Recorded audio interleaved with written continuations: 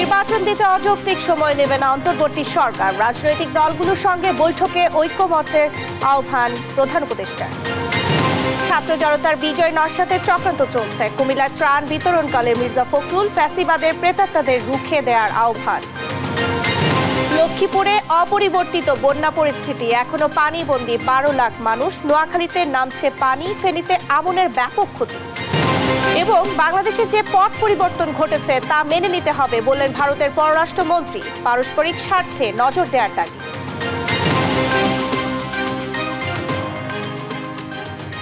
সংবাদ রাতে দেখছিলেন একেএসটিএমটি বার সংবাদ শিরোনাম, সঙ্গে আছি আমি শারমিন নাসি। রাষ্ট্র সংস্কারে বৃহত্তর জাতীয় ঐক্যমত তৈরির লক্ষ্যে কাজ করছে অন্তর্বর্তী সরকার।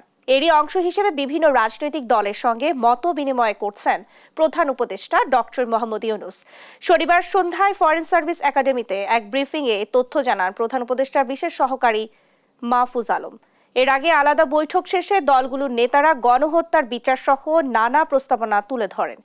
এ সময় যৌক্তিক সময়ে নির্বাচন দেওয়ার বিষয়ে আশ্বস্ত করেন ডক্টর ইউনূস। শামীমা আক্তারের প্রতিবেদন। রাষ্ট্রের সংস্কারের যে লক্ষ্য নিয়ে কাজ করছে অন্তর্বর্তীকালীন সরকার, তার রূপরেখা কেমন হবে তা নিয়ে বিভিন্ন রাজনৈতিক দলের সঙ্গে বৈঠক করেছেন প্রধান উপদেষ্টা ডক্টর মোহাম্মদ ইউনূস। এরই ধারাবাহিকতায় শনিবার বেলা 3টা থেকে রাত 8টা পর্যন্ত চলে এ বৈঠক। প্রথম বৈঠক হয় সমমনা 6টি ইসলামিক দল ও সংগঠনের সাথে। আগামী নির্বাচনের আগেই সরকার ব্যবস্থা, বিচার ব্যবস্থা, নির্বাচন কমিশন সহ রাষ্ট্রের প্রতিষ্ঠানগুলোর আমূল সংস্কারে নিজেদের প্রস্তাব তুলে ধরেন তারা। বৈঠক শেষে সাংবাদিকদের সঙ্গে কথা বলেন দলগুলোর নেতারা। এ সময় শাপলা চত্বরে হেফাজতের সমাবেশের গণহত্যা ও বিডিআর বিদ্রোহের ঘটনার পুনর্তদন্ত সহ বিচারের দাবি তোলেন তারা। হেফাজতে ইসলামের সকল মামলাগুলো, প্রায় 3 শতাধিক মামলা দেশব্যাপী 2013 সাল থেকে 2021 সাল পর্যন্ত হেফাজতে ইসলামের নেতাকর্মীদের বিরুদ্ধে দায়ের হয়েছে। সেই মামলাগুলো যেন অতি দ্রুত একটি নির্বাহী আদেশের মাধ্যমে এবং আইনি প্রক্রিয়ার মাধ্যমে এটি যেন দ্রুত প্রত্যাহারের ব্যবস্থা হয়, এবং সেটির জন্য আমরা 1 মাসের একটি সময় সীমা আমরা ওনার কাছ থেকে চেয়েছি, যে 1 মাসের মধ্যেই যেন এই সকল মামলাগুলো যেন প্রত্যাহার করা হয়। কেউ যেন ঘোলা পানিতে মাছ শিকার করার সুযোগ না পায়।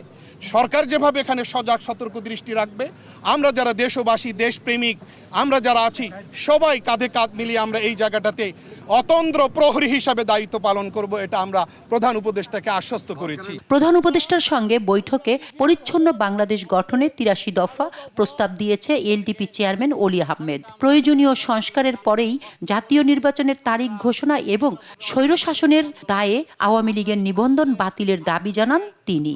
সর্বমোট 83টি প্রস্তাব, এই 83টি প্রস্তাব ওনারা যদি ভালোভাবে গ্রহণ করেন তাহলে একটা পরিচ্ছন্ন সরকার বাংলাদেশের সামনে আপনারা পাবেন। তবে সংস্কার করার পূর্বে কোনো নির্বাচন হওয়া কোনো অবস্থাতে বাঞ্ছনীয় না। সংস্কার সম্পূর্ণ করতে হবে, দেশের মানুষের মধ্যে মনুষ্যত্ব ফিরিয়ে নিয়ে আসতে হবে। বৈঠক শেষে রাজনৈতিক দলগুলোর সঙ্গে আলোচনার বিষয় নিয়ে সংবাদ ব্রিফিং করেন প্রধান উপদেষ্টার বিশেষ সহকারী মাহফুজ আলম। জানান বৃহত্তর রাজনৈতিক ঐক্য তৈরির লক্ষ্যে কাজ করছে অন্তর্বর্তী সরকার। উনি মূলত রাজনৈতিক দলগুলোর কাছ থেকে শুনতে চেয়েছেন ওরা আসলে কি ধরনের সংস্কার চায়, কি ধরনের ট্রানজিশন অফ পাওয়ার চায়, কিভাবে চায় এবং কিভাবে তারা নির্বাচনী রূপান্তর দেখতে চাচ্ছেন। এইসব বিষয় নিয়ে মূলত মাননীয় প্রধান উপদেষ্টা ওনাদের সাথে কথা বলেছেন।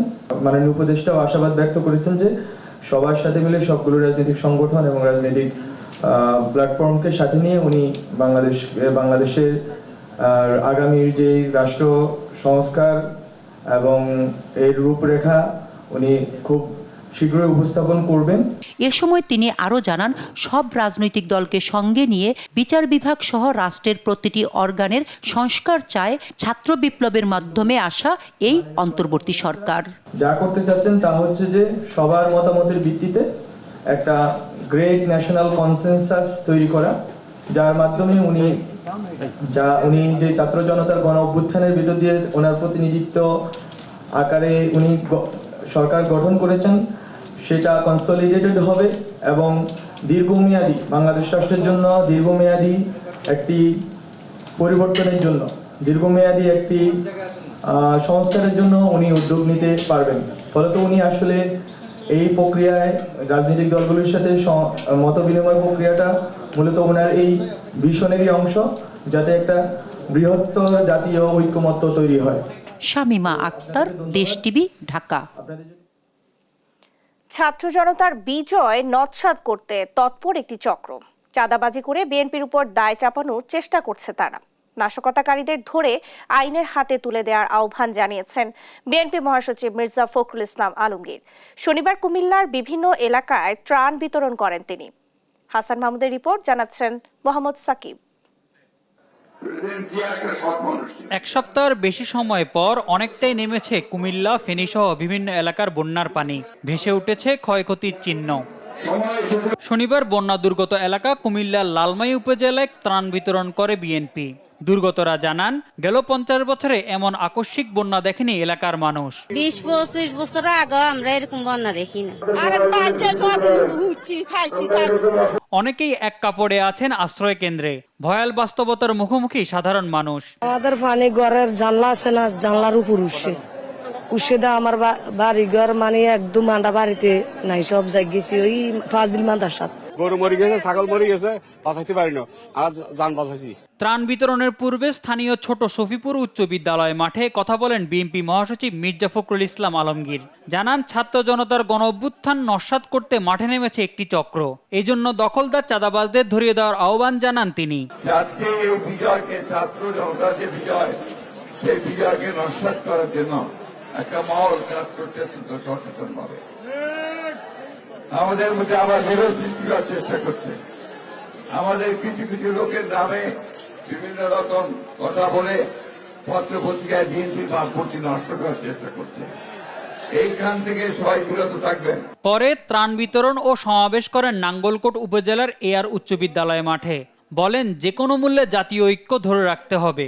যে ফ্যাসিবাদ আমাদের মুখ থেকে সরে গেছে, সেটা আবার ফিরে আসতে না পারে, তার জন্য আমাদেরকে বর্তমানের যে সরকার আছে, প্রফেসর ইউনূসের যে সরকার, একটা অন্তর্বর্তীকালীন সরকার, মাঝখানে সরকার, তাদেরকে আমাদেরকে সহযোগিতা করতে হবে। আজকে সমস্ত রাজনৈতিক দলগুলোকে ঐক্যবদ্ধ হতে হবে। ঐক্যবদ্ধ হয়ে এই স্বাধীনতাকে সুসংগত করতে হবে। বিকেলে কুমিল্লা সদর উপজেলার সুয়াগাজী বাজারে ত্রাণ বিতরণ কার্যক্রম উদ্বোধন করেন বিএনপি মহাসচিব। মোহাম্মদ সাকিব, দেশ টিভি। গণ অভ্যুত্থানে কোনো বিশেষ দলের ভূমিকা নেই, যারা বলেন তারা বিভাজনের কথা বলছেন, এমন মন্তব্য করেছেন বিএনপির সিনিয়র যুগ্ম মহাসচিব রুহুল কবির রিজভী। শনিবার সকালে নয়াপল্টনে ছাত্র জনতার আন্দোলনে নিহতদের আত্মার মাগফিরাত কামনায় দোয়া মাহফিলে কথা বলেন তিনি। রিজভী জানান, স্বৈরাচার বিরোধী আন্দোলনে কারো অবদান খাটো করা যাবে না। রিকশা চালক, শ্রমিক, ছাত্র জনতা সবার অবদান যেমন আছে, তেমনি বিএনপির অবদানও আছে। বর্তমান অন্তর্বর্তী সরকার বিএনপির ধারাবাহিক আন্দোলনের ফসল বলেও মন্তব্য করেন রিজভী। বিএনপি 2009 সাল থেকে 5ই আগস্ট পর্যন্ত 2024 নিরবচ্ছিন্ন, কখনো কোনো বিরতি নেই। এই আন্দোলনের মাঝখানে অনেকে কিছুটা অংশগ্রহণ করেছেন, কেউ করেননি। এটি কোনো বিশেষ দলের আন্দোলন নয়। কেন এই কথা বলছেন? এটা তো বিভাজনের কথা। রাজনীতিবিদরা হবেন স্রেফ দেশের সেবক, কোনো রাজনৈতিক জমিদারি সহ্য করা হবে না বলে জানিয়েছেন জামায়াত ইসলামী আমির ডাক্তার শফিকুর রহমান।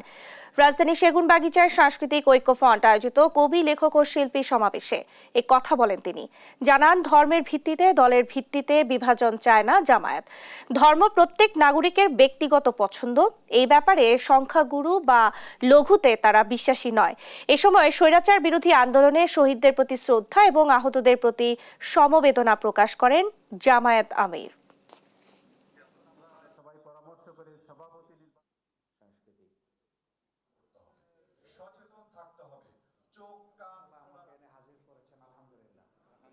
বঞ্চিত এই জাতিকে এখন জাগতেই হবে। অধিকার কেউ গড়ে এনে দিবে না, লড়াই করে আদায় করতে হবে। এবং আমরা চাই প্রত্যেকটি নাগরিক তার ন্যায্য অধিকার পাক। এখানে কোনো রাজনৈতিক জমিদারি আমরা বরদাস্ত করব না। রাজনীতিবিদরা হবেন জাতির স্রেফ সেবক, এর বাইরে তাদের কোনো পরিচয় নেই। অপরিবর্তিত রয়েছে লক্ষ্মীপুরের বন্যা পরিস্থিতি। কয়েকটি এলাকা থেকে পানি কিছুটা নামলেও নতুন নতুন এলাকাতে বাড়ছে পানি। জেলার 12 লাখ মানুষ পানি বন্দী হয়ে দুর্ভোগে দিন কাটাচ্ছে। প্রত্যন্ত অঞ্চলে সেভাবে পৌঁছায়নি ত্রাণ। আর নোয়াখালীতে কিছুটা উন্নতি হয়েছে বন্যা পরিস্থিতির। বেশিরভাগ মানুষ রয়েছে খাদ্য ও সুপেয় পানির সংকটে। সহকর্মীদের পাঠানো তথ্য ছবিতে আপনপুর রিপোর্ট। লক্ষ্মীপুরে অপরিবর্তিত বন্যা পরিস্থিতি। জেলার 5 উপজেলায় কয়েকটি এলাকা থেকে পানি কিছুটা কমলেও নতুন নতুন এলাকায় বাড়ছে পানি। বর্তমানে জেলায় পানিবন্দী অন্তত 12 লাখ মানুষ। প্রত্যন্ত অঞ্চলে পৌঁছায়নি পর্যাপ্ত ত্রাণ। যে পরিমাণ খাদ্য সহায়তা আসছে তা সমন্বয়ের অভাবে বিতরণ হচ্ছে শহরের আশেপাশে। দুর্গত এলাকায় রয়েছে সুপেয় পানির সংকটও। আমরা কিছু পাইতেছি না, পানির উপরে আমরা আছি সবাই। ঘরবাড়ি সব নষ্ট হয়ে গেছে, দেখে যান আপনারা আসি। আমরা কিছু পাইতেছি না, আমরা 1 ফুট পানির নিচে। আমাদের ঘরবাড়ি পর্যন্ত সব বিচ্ছিন্ন হয়ে গেছে পানি। কিন্তু এই দিকে যে টানগুলো আসে, টানগুলো লইয়ে যান নোয়ারের দিকে, নোয়ারের দিন কারে কারে ভাগ করে দিয়ে ফেলে, আমরা কিছু পাইতেছি না। নোয়াখালীতে কমতে শুরু করেছে বন্যার পানি। এতে খাবার পানি সংকটের পাশাপাশি দেখা দিচ্ছে বিভিন্ন রোগবালাই। পানি উন্নয়ন বোর্ড বলছে জেলার সদর উপজেলায় পানি নামার গতি কম হলেও বেগমগঞ্জ উপজেলায় দ্রুত নামছে পানি। শনিবার দুপুর পর্যন্ত 12 ঘন্টায় সদর উপজেলায় পানি কমেছে 1 সেন্টিমিটার। অন্যদিকে বেগমগঞ্জ উপজেলায় কমেছে 3 সেন্টিমিটার। এদিকে শুক্রবার রাতে নোয়াখালীর বন্যা পরিস্থিতি পর্যবেক্ষণে যান দুর্যোগ ব্যবস্থাপনা ও ত্রাণ মন্ত্রণালয়ের উপদেষ্টা ফারুকী আজম। তিনি বলেন, বন্যার্তদের দুর্ভোগ লাঘবে খাবার নিশ্চিতের পাশাপাশি শিশু নারী সহ সবার স্বাস্থ্যের দায়িত্ব নেওয়া এখন সরকারের প্রধান কাজ। মানুষ বাঁচানোটাই হলো আমাদের কাছে প্রধান কাজ।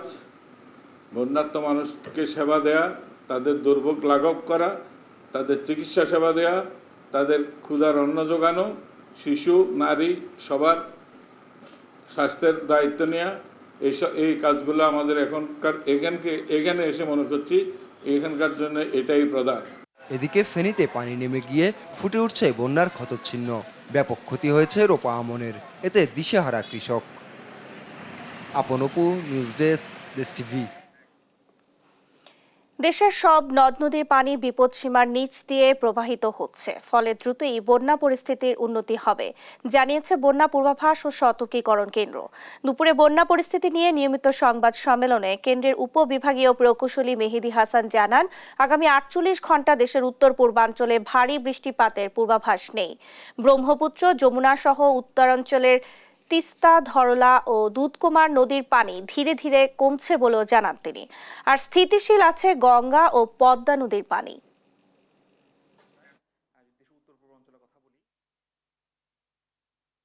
এবং আমরা আগামী 48 ঘন্টায় দেশের উত্তর পূর্বাঞ্চলের কথা বলি, সিলেট, সুনামগঞ্জ, মৌলভীবাজার, হবিগঞ্জ, পূর্বাঞ্চল, কুমিল্লা, ফেনী, দক্ষিণ পূর্বাঞ্চল, যেমন চট্টগ্রাম আছে, বান্দরবন, খাগড়াছড়ি, ওই সকল অঞ্চলে আগামী 48 ঘন্টায় তেমন কোনো ভারী বৃষ্টিপাতের পূর্বাভাস নেই এবং দেশের উজানে তেমন কোনো ভারী বৃষ্টিপাতের পূর্বাভাস নেই।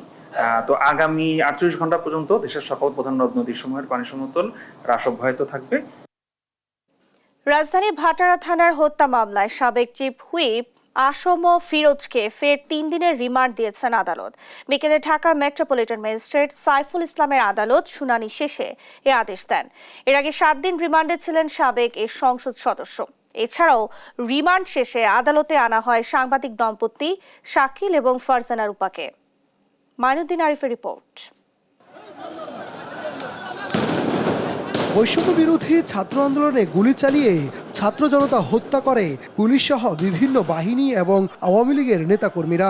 গণহত্যার অভিযোগে শেখ হাসিনাকে প্রধান আসামি করে একের পর এক দায়ের হচ্ছে হত্যা মামলা। এসব মামলায় গ্রেফতার সাবেক এমপি, মন্ত্রী এবং তাদের দোসরদের কাছ থেকে প্রয়োজনীয় তথ্য আদায়ে নেওয়া হচ্ছে রিমান্ডে। গেল 19 জুলাই ভাটারা এলাকায় পুলিশের গুলিতে কিশোর সোহাগ মিয়া হত্যা মামলায় গ্রেপ্তার হন সাবেক চিফ হুইপ আসম ফিরোজ। প্রথম দফায় 7 দিনের রিমান্ডে ছিলেন তিনি। রিমান্ড শেষে শনিবার আদালতে তোলা হলে জিজ্ঞাসাবাদের জন্য আরও 7 দিনের রিমান্ড আবেদন করে পুলিশ। শুনানি শেষে ফের 3 দিনের রিমান্ড মঞ্জুর করেন আদালত। আজকে 7 দিনের রিমান্ড চাওয়া হয়েছিল বিজ্ঞ আদালতে। বিজ্ঞ আদালত নথি পর্যালোচনা করে সন্তুষ্ট হয়ে তা 3 দিনের রিমান্ডের আবেদন মঞ্জুর করেছেন। এদিকে আদাবর থানার গার্মেন্টস কর্মী রুবেল হত্যা মামলায় দ্বিতীয় দফায় রিমান্ড শেষে আদালতে তোলা হয় সাংবাদিক দম্পতি শাকিল আহমেদ ও ফারজানা রূপাকে। তদন্ত কর্মকর্তা আবেদন করলে শাকিল রূপাকে কারাগারে পাঠানোর নির্দেশ দেন আদালত। আদালত সার্বিক বিষয়গুলো মনোযোগ দিয়ে শুনছেন। আদালত আমাদের শুনানির প্রেক্ষিতে সরাসরি উড়ালি কোনো মন্তব্য করেন নাই। উনি শুনানি অন্তে আমাদের জামিন নামঞ্জুরপূর্বক যে জামিনের আবেদন জেল হাজতে প্রেরণের আদেশ দেন। মাইনুদ্দিন আরিফ, দেশ টিভি, ঢাকা। দুর্নীতির কাজে গোয়েন্দা সংস্থাকে ব্যবহার করা হয়েছিল বলে মন্তব্য করে টিআইবি নির্বাহী পরিচালক ডক্টর ইফতেখারুজ্জামান বলেন, দুর্নীতি দমন কমিশন পুনর্গঠন প্রয়োজন। শনিবার এফডিসিতে দুর্নীতি প্রতিরোধে করণীয় নিয়ে ডিবেট ফর ডেমোক্রেসি আয়োজিত ছায়া সংসদে উপস্থিত হয়ে এই কথা বলেন তিনি। জানান, দুর্নীতি প্রতিরোধে সবচেয়ে কার্যকর ভূমিকা রাখতে পারে সংসদ, কিন্তু বিগত সরকার সংসদকে নাট্যশালায় পরিণত করায় দুর্নীতি প্রতিরোধে কোনো ভূমিকা রাখতে পারেনি। দুর্নীতির স্বার্থে রাষ্ট্রীয় প্রতিষ্ঠানগুলোকে অকার্যকর করে রেখেছিল আওয়ামী লীগ সরকার। ছায়া সংসদের মূল্যায়ন পর্বে টিআইবির নির্বাহী পরিচালক ডক্টর ক্ষমতার অপব্যবহার মাধ্যমে দুর্নীতি করে নিজেদের অর্থ সম্পদের বিকাশটাকে সর্বোচ্চ থেকে শুরু করে সর্বনিম্ন পর্যায় পর্যন্ত প্রাতিষ্ঠানিক রূপ দেওয়া হয়েছে। গোয়েন্দা সংস্থা নামক যে প্রতিষ্ঠানগুলো আছে, একাধিক প্রতিষ্ঠান, সেগুলোকে ব্যবহার করে মানুষের বাক স্বাধীনতা খর্ব করা থেকে শুরু করে দুর্নীতির বিরুদ্ধে কথা বলা, দুর্নীতির প্রতিবেদন প্রকাশ করা, এগুলো অপরাধে রূপান্তর করা হয়েছিল। মেনে নিতে হবে যে বাংলাদেশের পট পরিবর্তন ঘটেছে, এমন মন্তব্য করেছেন ভারতীয় পররাষ্ট্রমন্ত্রী এস জয়শঙ্কর। এই বাস্তবতায় দুদেশকে পারস্পরিক স্বার্থ রক্ষায় নজর দেওয়ার তাগিদও দেন তিনি। শুক্রবার দিল্লিতে ফরেন পলিসি বইয়ের মোড়ক উন্মোচন অনুষ্ঠানে যোগ দিয়ে প্রতিবেশী বাংলাদেশ, পাকিস্তান ও শ্রীলঙ্কার প্রসঙ্গ টেনে এসব কথা বলেন জয়শঙ্কর। লুৎফর কবিরের রিপোর্টে বিস্তারিত। ক্ষমতার পট পরিবর্তনে বাংলাদেশের সঙ্গে প্রতিবেশী ভারতের সম্পর্ক গড়িয়েছে শীতল পর্যায়ে। শেখ হাসিনার সরকারের আকস্মিক পতনে ভাবিয়ে তুলে নয়াদিল্লিকে। এ নিয়ে প্রধানমন্ত্রী নরেন্দ্র মোদী থেকে বিরোধী দলীয় নেতা রাহুল গান্ধীও জানান উদ্বেগ। গেল কিছুদিন দেশটির শীর্ষ পর্যায়ের নেতাকর্মীদেরকে বাংলাদেশ নিয়ে উস্কানিমূলক বক্তব্য দিতে দেখা গেছে। এই বাস্তবতায় বাংলাদেশ ভারত সম্পর্ক নিয়ে শুক্রবার সাংবাদিকদের প্রশ্নের মুখে পড়েন ভারতীয় পররাষ্ট্রমন্ত্রী এস জয়শঙ্কর। বলেন, 1971 থেকে দুই প্রতিবেশী রাষ্ট্রের সম্পর্কে উত্থান পতনের মধ্য দিয়ে গেছে। 5 আগস্টের ঘটনা বাংলাদেশের রাজনৈতিক পরিবর্তন ঘটেছে বলেও স্বীকার করেন জয়শঙ্কর। বাংলাদেশ নানাবিধ কারণে দু দেশের সম্পর্ক নিয়ে অনেক আগ্রহ আছে সবার। স্বাধীন হওয়ার পর থেকেই বাংলাদেশের সঙ্গে ভারতের সম্পর্ক উত্থান পতনের মধ্য দিয়ে গেছে। এটি স্বাভাবিক যে সরকার ক্ষমতায় ছিল তাদের সঙ্গে কাজ করেছি। তবে আমাদের স্বীকার করতে হবে যে দেশটিতে রাজনৈতিক পট পরিবর্তন হয়েছে। এই অবস্থায় আমাদের পারস্পরিক স্বার্থের দিকে নজর দেওয়াটাই উত্তম। দিল্লিতে রাষ্ট্রদূত রাজীব সিকরির স্ট্র্যাটেজিক কনড্রামস রিশেপিং ইন্ডিয়াসাস ফরেন পলিসির বইয়ের মোড়ক উন্মোচন অনুষ্ঠানে যোগ দিয়ে তিনি একথা বলেন। বাংলাদেশে যে সরকারই ক্ষমতায় বসুক না কেন, প্রতিবেশী হিসেবে নয়াদিল্লি তার সঙ্গে সুসম্পর্ক বজায় রাখবে বলেও জানান জয়শঙ্কর। অনুষ্ঠানে প্রতিবেশী পাকিস্তান ও মালদ্বীপের সঙ্গেও ভারতের সম্পর্ক টেনে আনেন পররাষ্ট্রমন্ত্রী। ছাত্র জনতার নজিরবিহীন আন্দোলনে শেখ হাসিনার সরকারের পতনের পর প্রথমবার বাংলাদেশ ভারত প্রশ্নে খোলাখুলি কথা বলেছেন ভারতের এই শীর্ষ পর্যায়ের কূটনীতিক। গেল 5 আগস্ট বাংলাদেশ থেকে পালিয়ে সরাসরি বোন শেখ রেহানাকে নিয়ে দিল্লিতে চলে যান শেখ হাসিনা। এরপর থেকেই সেখানেই অবস্থান করছেন তারা। হত্যাসহ নানা অপরাধে তাদের বিরুদ্ধে দেয়া হচ্ছে একের পর এক মামলা।